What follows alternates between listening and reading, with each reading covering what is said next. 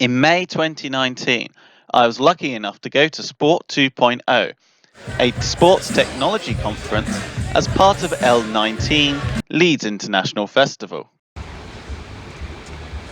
Okay, so believe it or not, we are at a old brewery that's been turned into effectively like a museum kind of thing, cafe, kind of posh place where events like this are held.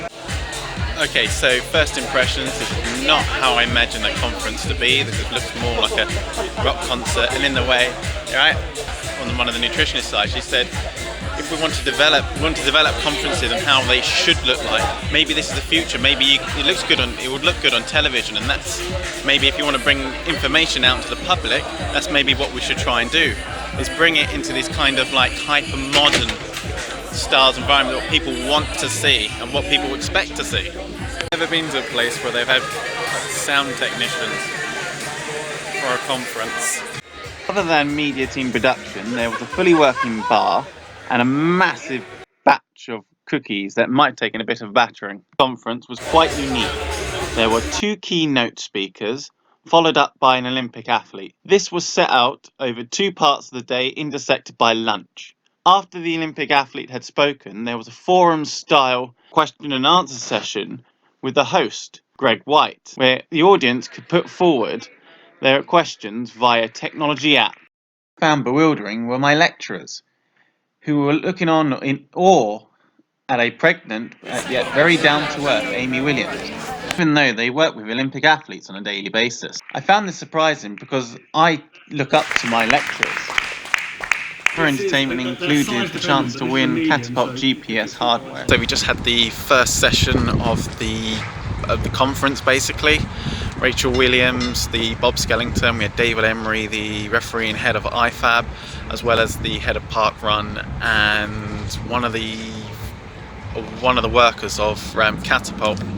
Interesting session. I believe quite a lot of stuff that David, the referee, said about the sport of football, but it's quite interesting from that point, and we're going to move on to the next section really. We're going to start at lunch. We're going to see what happens there, but beautiful about the conference, or this type of conference, it's intimate, small, you can interact with people and hopefully develop your networks a lot better. Fundamentally it's about content, it's about content creation.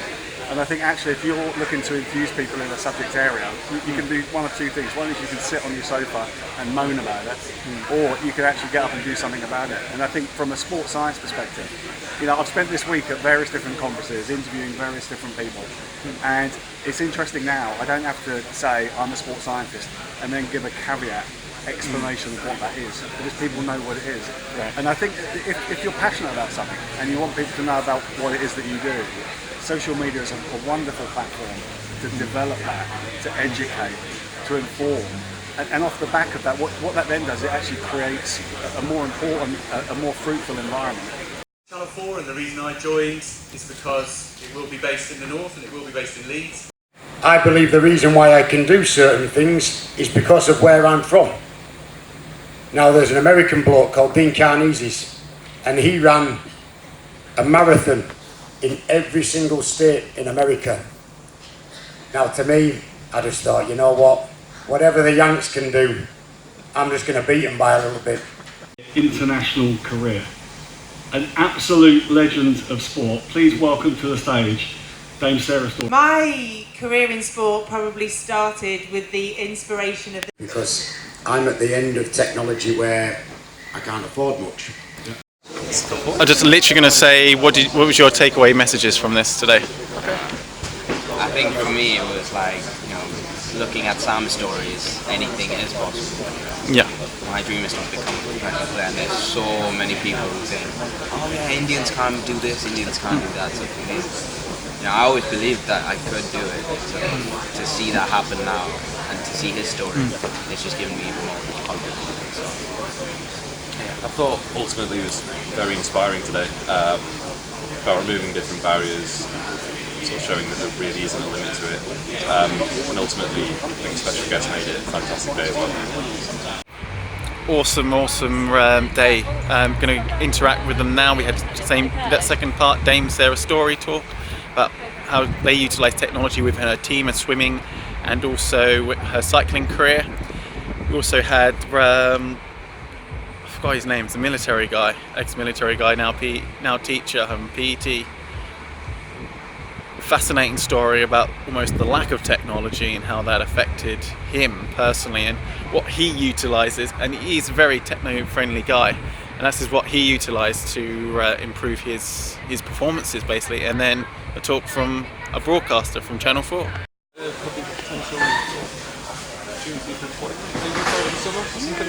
I think so. The only thing for this summer, I would say, is it's temporary office. So I think at the moment... Overall, this conference was exciting, mainly for it being different. It was more about learning from the vicarious experiences of the keynote speakers, rather than being actually linked to any research in particular.